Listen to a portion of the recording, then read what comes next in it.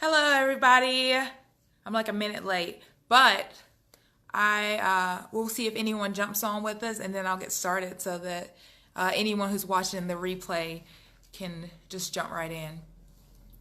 So, as you come in, just say hello. Let me know that you're here.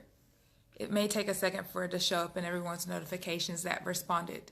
And then I will also post the recorded video on YouTube, and so I can share it to my wall if anyone wants to watch later on. So I guess I'll start with introduction for anyone who doesn't already know me. My name is Natalie Newman, and I am in the Master's Entrepreneurship Program at Western Carolina University, and I also am the co-owner of Regina Nicole Boutique located in downtown Silva. So a little bit about my background. I'll start with the introduction. I think it's important, this isn't like a rags to riches story or anything like that, but I do think it's important to share kind of where I came from and how I got to where I am today, because it may help to inspire someone so that people know that there's different paths. Someone may be able to identify with kind of where I came from and how I got here. So I'll start with an introduction and a background kind of story. So just to kind of show you the progression of things and how I got here. So I graduated high school in 2010. I went to Rocco High in Rock Hill, South Carolina, and I didn't know for sure what I wanted to do. I actually went to a recruitment office twice in my life. Once was while I was in high school, and I thought I really wanted to join the Air Force and serve our country, and I ended up not going that route. And funny story is I didn't do it because I had really great scores on the test and everything, but I didn't do it because they told me I needed to lose like 10 pounds, and so I decided that I was going to keep eating, and I didn't want to join the military because I had to lose weight. So I didn't go the military route. So my next option, I applied to a couple of different colleges, and I got into a couple, and ultimately I chose the University of South Carolina in Columbia. And so I started at USC right after high school, and I chose journalism as my major because I really enjoyed writing, and I thought that's what I wanted to do. And I enjoyed my classes there. I did really well. I finished my first year, and I realized very quickly that I didn't have the money to go back to the University of South Carolina. So I spent what would have been my second year in college just living in Columbia and not going to school there. But jump back a little bit. So between my freshman year of college and what would have been my sophomore year, I came out to the mountains of Western North Carolina, where I live now, and I started a job as I worked in a call center at an outdoor center, or call center at an outdoor center, and I really enjoyed it. Met a lot of fun people, got some great experiences. I got to be outside all summer. I got to raft and play around. And my second season, so I went back to Columbia. Before what was my second season. So I went back to Columbia, what would have been my sophomore year, and I got a job at Waffle House waiting tables because I knew I wouldn't be back in school. And so I did that for what would have been my second year, and I got pretty depressed because I wasn't doing what I thought I should be doing or what I wanted to do, which was to be in school. And I lived in the middle of campus. So I was in an apartment that pretty much college students lived in, and I watched everyone walk to class every day and, take their books and go to class. And I just got really down and depressed because I wanted to be in school like everybody else, but I wasn't. So I waited tables, and when it came around to the time for me to come back to Western North Carolina, I packed up everything and I moved back here to the mountains so that I can continue working at the outdoor center and in the call center. So I decided, because I watched everyone that was raft guiding my first season, I saw everyone out there having a fun time taking people down the river, taking families down. I decided that I wanted to be a raft guide too. So I took a 3-day crash course on how to become a raft guide. And some people may know this if you know me, but I can't swim. So this was a big deal. Like, little girl going to raft guide school that can't swim. But I did it. I passed the course and I became a raft guide. And so I did that a lot my second summer, working out here, taking families down the river, just being around people, having a good time. It was really just, I felt like I was at a summer camp for adults, but it was a lot of fun, and I learned a lot, met a lot of cool people. So raft guiding is seasonal work, working at an outdoor center. That a lot of those people were seasonal workers. So I had to find a job between the summer season when everyone's going down the river and having fun outdoors I had to find a job in the winter, basically. So after my second season, I got 2 jobs. I got 2 part-time jobs, working at the deli at the Ingalls and working at a bed and breakfast in the kitchen, washing dishes, prepping food, all of that stuff. So I did that, and my goal was to go back to the outdoor center for the summer because I really enjoyed it. But I met a guy at a bar who told me that, hey, I work at the casino and I have a good job there. It's full time. I have great benefits. Like, I make good money. And so he told me, you should come apply to work at the casino, come make some money. And I wasn't really doing anything. I was working 2 part-time jobs. I knew I wanted to go back to raft guiding and stuff, but at the time I really wasn't held down to anything. And so I applied to a couple of jobs at the casino, and I got an offer for a position working as a cashier in finance, where you count a lot of money, you deal with a lot of money, you deal with people and count their money. So I took that job, and I found out quickly that by taking that job, I would not be able to go back to raft guiding if I wanted to stay in that position. I just couldn't do both. I had applied and interviewed for a part-time position, but by the time I got the job, it was become a full-time thing. They hired me on full-time. So I stuck with it.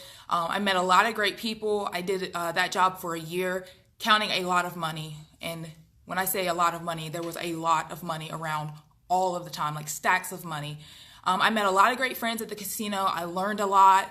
By the end of that first year of working in finance around in the bank and just really just dealing with a lot of money, I decided I wanted to do something different. And I had met some people who worked in casino marketing. So anyone who's been in a casino, you've seen the people that kind of deal with the high rollers and the players and things like that. So I ended up applying for a position as a VIP host at the local casino, and I didn't get it.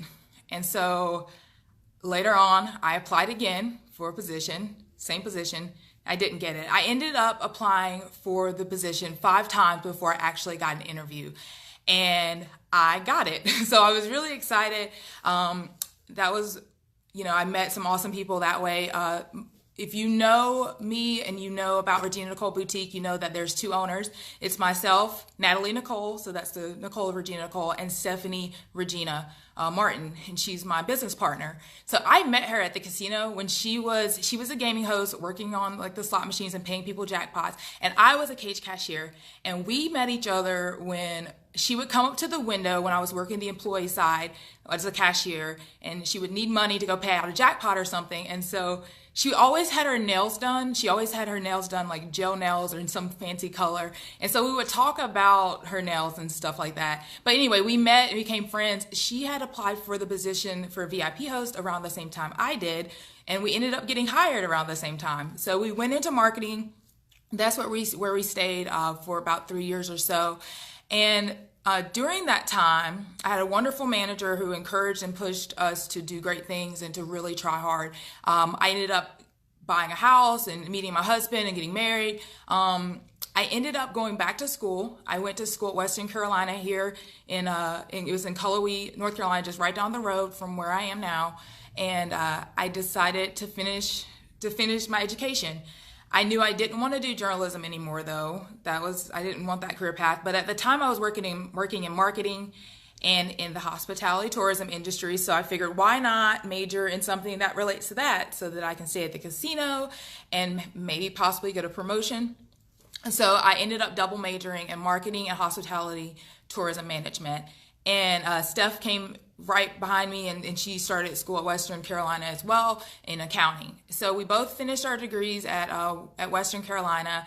Fast forward a little bit, we graduate and everything. We both took promotions. I took a promotion in marketing. She actually left the casino and took a promotion in accounting just right up the road in Asheville. And that's where we stayed for about a year. So right before we took these promotions, we have become really good friends. Like, she's one of my best friends and has always been awesome to me. We wanted to find a way that we could still be connected in some way and work together without actually working together, because we knew we kind of wanted to go separate ways and use our degrees. So we found a company, a direct sales company that collaborates with people to be able to sell their clothes. So we started a online boutique. It was like an in-home online boutique where we could sell these direct sales clothes. So that was our way of saying we can still work together in our free time and be around each other and keep our friendship going and everything, and find a way to connect without actually working in the same environment. So we did that. We did pretty good. We were really busy with our jobs, especially once we actually moved into our new positions. We were really busy, and we realized quickly that when we put the time in and really put the effort in, we did well. But when we got busy and we didn't put as much time in, we weren't doing that well. So we kind of fizzled a little bit closer when it got close to about a year. And right about that time that we really were kind of backing out of really putting the time and effort in, we both had conversations where we were like, I think I want to do something different. Like, we just weren't really, she was making a commute an hour to Asheville. I was just kind of ready to do something different. So we said, so what can we do that allows us to use our skills and to still work together?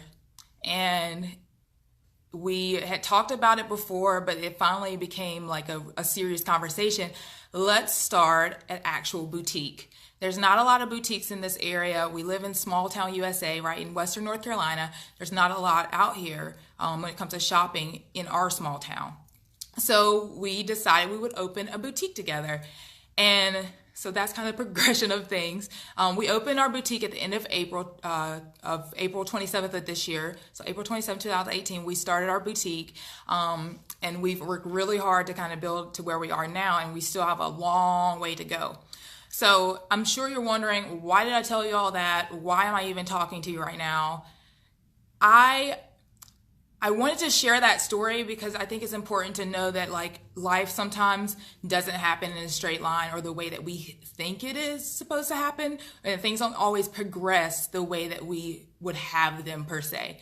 I'm a really big believer in when things are going a certain way and a path is taking you a certain way, that sometimes you should kind of at least check that path out and see kind of, maybe this is what I should be doing, or maybe I should try this. But I don't believe in like forcing things to happen. If you're not happy, if things aren't kind of working, sometimes I think it's important to kind of take a step back and say, what can I do differently? How can I find that happiness? How can I get to where maybe I want to be, or where can I kind of experiment and try to see what could be different in my life?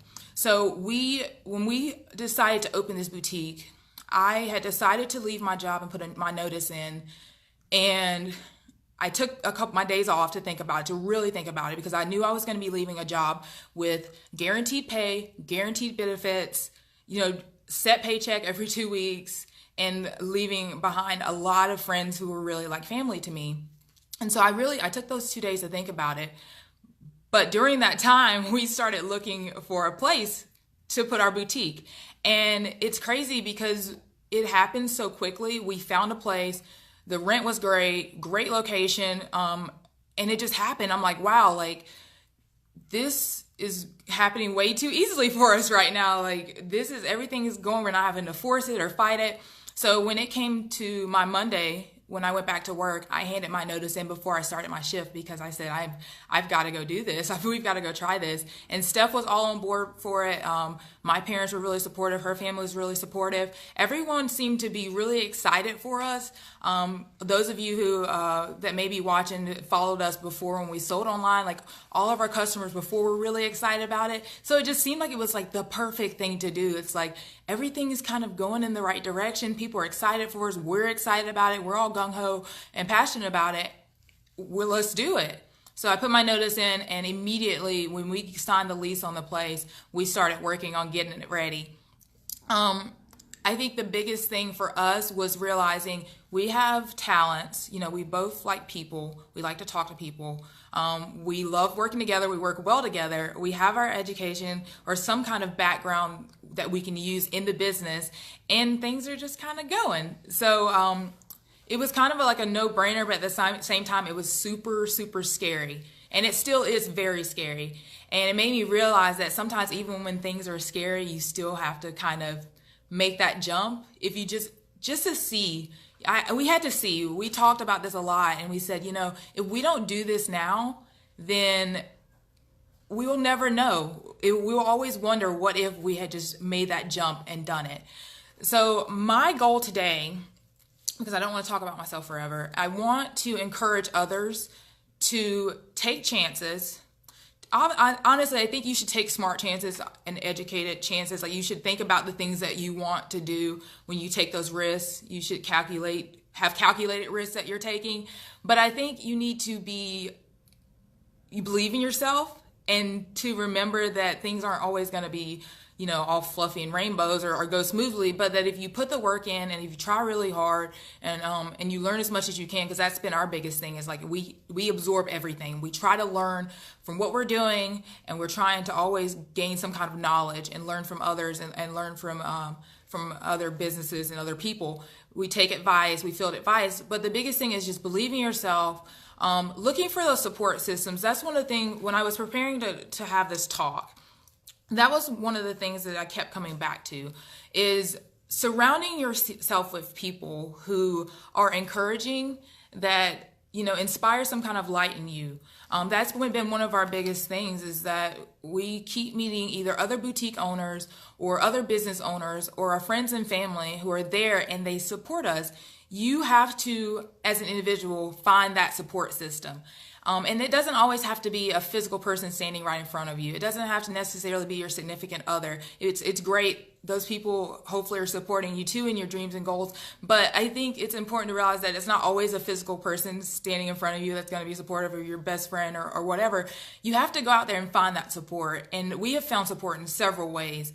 There's so many on the internet. Is this worldwide web, obviously, but it's this big universe of people from all over, and there's these groups that exist that you can find. You can find groups about everything. You can find groups. If you enjoy painting, I'm sure you can find a group of people who like to paint. If you enjoy fixing cars, if you're into mechanics, if you're into writing, there are groups out there on Facebook and social media, all these forums of people who are doing exactly what you want to do, that you can join and find support, free support and encouragement and information.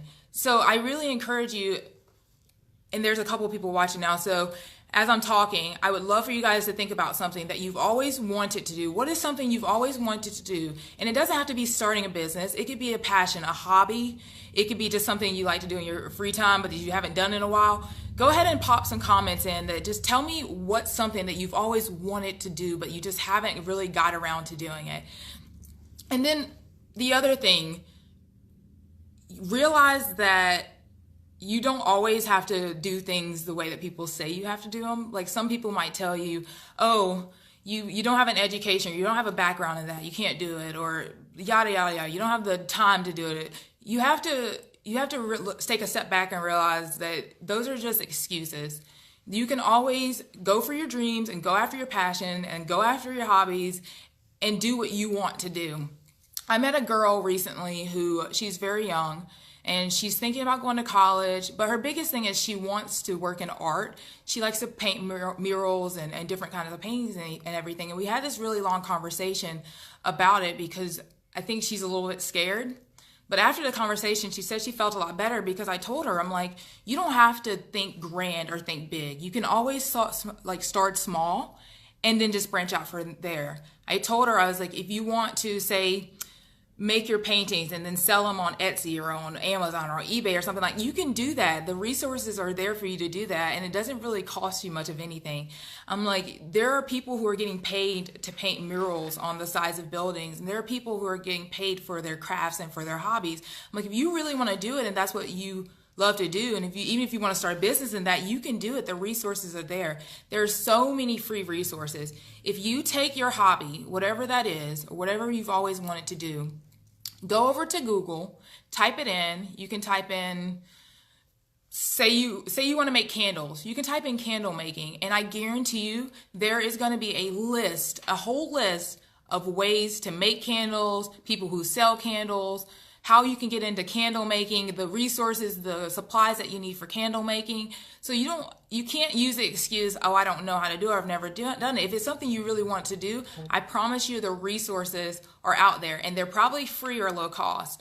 And then when it comes to how do you profit from your craft or whatever you want to do, there's all these resources out there. You can do Facebook Lives, you can sell on Amazon, you can sell on eBay, you can sell on Etsy. There's all these resources out there that if you really want to make your passions and your hobbies come true and be a thing that you can really enjoy and possibly make some money off of, then that's out there. Or if you're not into profiting from it, maybe you've always wanted to write a book. You don't even care if it gets published. If that's what you really want to do, there are resources out there. There are groups that will gladly give you information and share and celebrate things with you. And all you have to do is go out there and seek those things. One of the quotes that I was reading before I went on, it's by Edmund Lee. And the quote says, "Surround yourself with the dreamers and the doers, the believers and thinkers. But most of all, surround yourself with those who see the greatness within you, even when you don't see it in yourself." And I think that a lot of people could probably relate to that. If you've ever been around people who are passionate or in love with what they do, or they're following their dreams or chasing their dreams, then you know that feeling of passion and support that you can get from those type of people. I challenge you to go out there and whatever it is that you want to do, find other people who are either doing it or want to do it as well. And I promise you will feel so just lifted up with encouragement and passion being around those other passionate people. I do it all the time when I'm thinking about, I don't know, I like to write, and it's something I've always wanted to do, and I'm guilty of putting it on the back burner. But when I'm really thinking about my future in writing and wanting to write a book and all of that, I visit these pages and these groups and these forums where people are already doing that. And it really just puts a spark into me to say, hey, if they're doing it, they're passionate about it, they like it, they're good at it, or maybe not good at it, but they're doing it, I can do it too. And it really just puts this light inside of you. If you surround yourself with those types of people, I promise you, the passion and the fire inside you will just burn 10,000 times brighter than it already is. So that's my challenge today. I would say, think about the thing. Maybe it was something you wanted to do when you were a kid. Maybe it was something that you say, I don't have the time, resources, or money to do, or you didn't have the time, resources, or money to do. Maybe it's something that that you used to do, but you kind of put down and have it picked back up for a little bit. I encourage you to find a way to reignite that passion and that fire within yourself. And one of the things that, again, that's really great for that is finding those like-minded people. Type it in Google, type it on Facebook, find a group that's out there doing it, and just really surround yourself with those people. And it doesn't have to be the internet. Again, there's people, you can probably meet people. I talk to people all the time. So I meet people at a lounge or just out and about waiting. You could be waiting for your coffee, whatever. I talk to people and I ask, one of the things people always ask in a conversation is, what do you do for a living? That's a common question when people are talking to other people. And I've learned so much about the opportunities and the things that people are out there doing. And you meet some really interesting people. I've always worked in jobs where you meet people, but I've met so many interesting people who are chasing their passion or just doing things I never even thought of or have heard of. So I definitely encourage you to go out there and surround yourself with those types of people. And you may even find, by reaching out to even posting on your Facebook page, or talking to people in your Facebook surroundings or your friend groups, next time you're at lunch, just talking to those people and asking them about their passions, you may find that there's someone you already know that is passionate about the same things that you are. So I definitely appreciate everyone joining in on the talk today. I know that I rambled a lot. I'm hoping to do these in the future and get better at them. Public speaking is something I've been interested in a little bit. I always get super nervous though. Even after a couple years of theater and public speaking and stuff, I still get super nervous. But again, like I have to get out there and do it. And I try to surround myself with people who are better at it than I am. And I watch a lot of people who do public speaking and do these talks. So I hope you guys enjoyed it. I hope that you got something out of this. If you have any questions, feel free to reach out to me. If you've got any suggestions, I'm open to that too. Feedback, tips, whatever it is. If there's something that you guys would love for me to talk about in the future, that would be great as well. But I do appreciate everyone joining me today and listening and sticking around. Have a great evening, guys. Bye-bye.